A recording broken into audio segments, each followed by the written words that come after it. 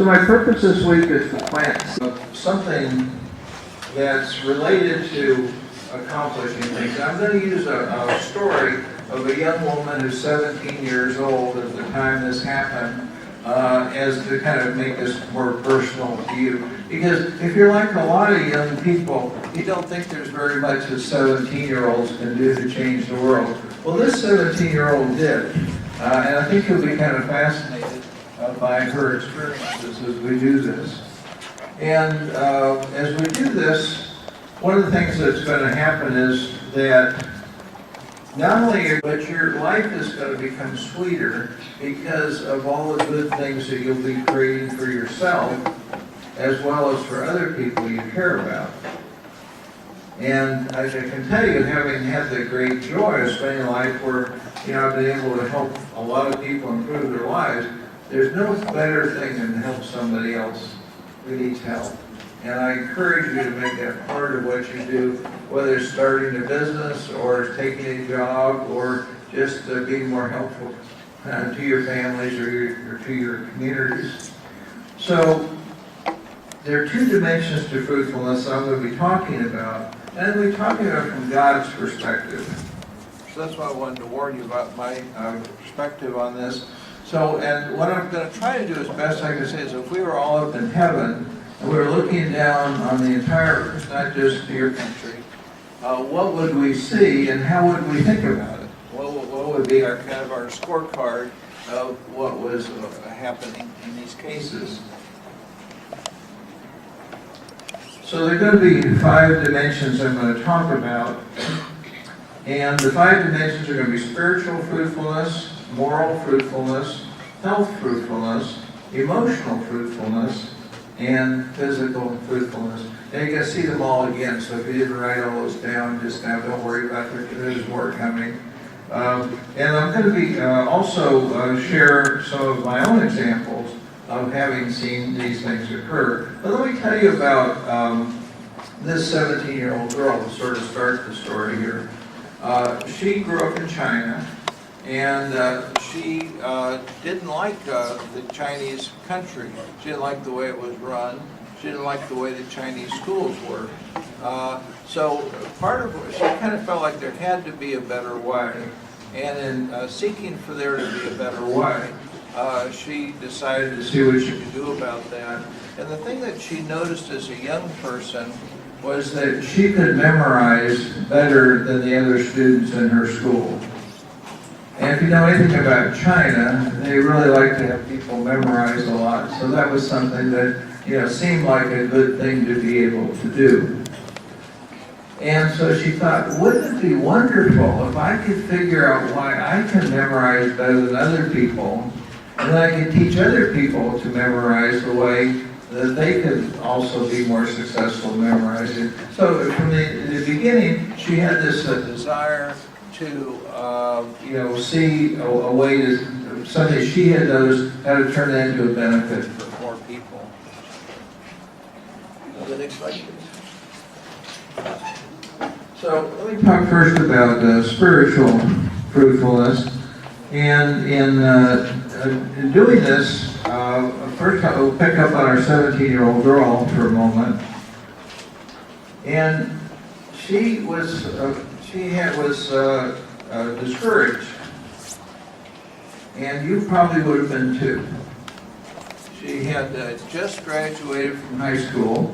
She had been accepted in one of the top 15 colleges in the United States, and while she was riding in a taxi, was in a horrible accident, and her legs were crushed.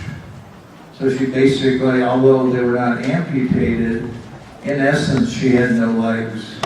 And she had no prospect of ever being able to stand again.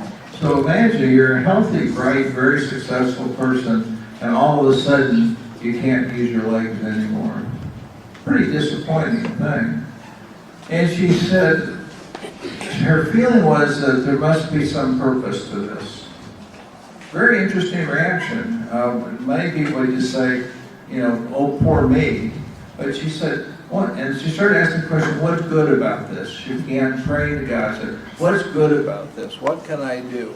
as a result. And literally, the part of the message that came back is that, well, look, you can spend the rest of your life feeling sorry for yourself and have a miserable life, or you can go out and see what you can do to help other people and make their lives better. And she really chose to do the latter. And that was an important mindset shift.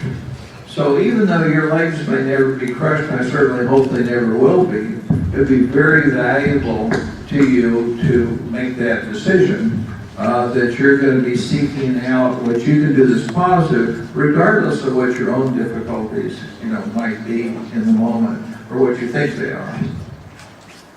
So if we look at, if God might look down on this, he might use 4 measures.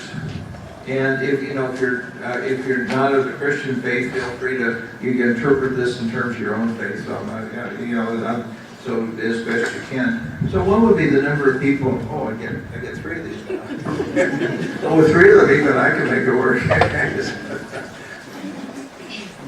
I'm sure the problem's with the speaker, not with the microphones.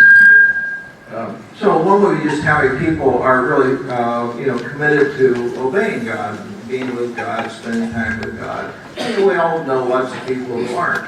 And so obviously, God's not having much impact with those who are ignoring Him or really disagree with Him or in rebellion against Him. Second would be, how many of the people who are trying to follow God's ways, how many of them are correctly doing so and explaining to other people what it means to follow God's ways? So that would be a second possible measure. And then a third possible measure would be how often these people who do know how to correctly share the benefits of following God's ways, how often they do this, and then with how many different people. Now in the United States, with Christian people, that's what I know, so I'll tell you about what I know about. 4% of the people who would describe themselves as saved, born-again Christians will share their faith in a given year with someone who's not in their own family. So essentially nobody. So God's probably pretty disappointed by that. And when we look at, in the United States again, how often people correctly share the Christian faith, we find that it's correctly shared less than 1% of the time. And so it's really kind of interesting. So we're not only at failing grade, we're sort of near 0 as a grade in these dimensions. And then finally, once people do decide that they want to follow God, how much help do they get to learn what that means and how to do it?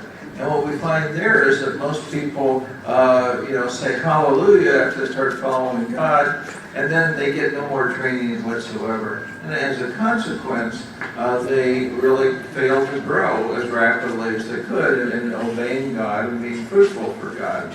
So if we look at this, God must look down on us and sort of, this is kind of like the Sahara Desert. There's just, in terms of all the people who could be doing great things spiritually, there's hardly anybody out there doing it. Next slide, please. So the next dimension is a moral fruitfulness. And in moral fruitfulness, the next step for our 17-year-old girl with the crushed legs is she had to go, now she had her purpose in life, which was to help people, but she had to find some way to help them. So she had to start going around asking questions. She had to go around looking for opportunities. She had to, think about very hard about what she was seeing that everybody else was ignoring. And she began to, things began to occur to her. So this would be very much like the stage you might do in starting a business. We're trying to find some place where, things are really done in such a bad way that it's hard to imagine it couldn't be done in a better way. And there are lots of those. I'm sure every day you experience with some business such a horrible performance that you say, gee, somebody who didn't even go to, first grade could do better than that. And so then think of a way then to do it better. Okay, so what are some of so there are 2 kinds of ways that moral fruitfulness can grow. as I understand it. So the first is you can do good acts. In other words, things that are loving acts, kind acts, things that create goodness in all the different ways. And these would be things that express or encourage love, joy, peace, patience, kindness, goodness, faithfulness, gentleness, and self-control. A very important quality for an entrepreneur. Because if you go, and we all see entrepreneurs who start to think that they don't make any mistakes, and they quickly sort of self-destruct. So self-control is really important.